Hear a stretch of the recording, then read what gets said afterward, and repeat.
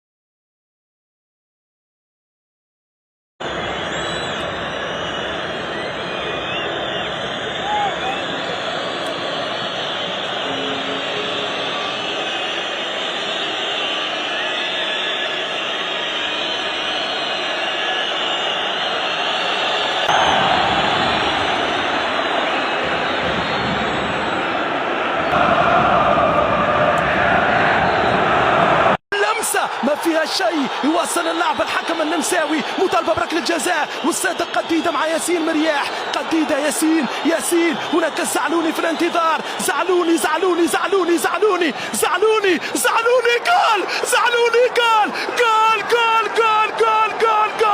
هذا الطريق يعرفه جيدا وهذه الدربيات تعرف ابطالها الافريقي يظهرون حيث الرابعه بعد العاشره بتوقيت باب جديد تقترب للنادي الافريقي. هذه كوره هذه اللمسه المطالبه بركله جزاء في هذه الكوره على ياسين بعبيد كوره عادت لمسه الكونتر اتاك اعاده للصوره اعاده للمشهد. هل توجد بلانتي للترجي الرياضي التونسي في هذه العمليه؟ قديده بامتياز تعامل بهدوء مع ياسين مرياح طلب كوره من غيث الزعلوني استلام تسديده اوبا في المرمى لا لا لا لا لا لا لا لا لا لا لا لا لا لا زعلوني يضع الكرة في شباك الترجي الرياضي التونسي مع تأجيل التنفيذ في انتظار قرار الفار.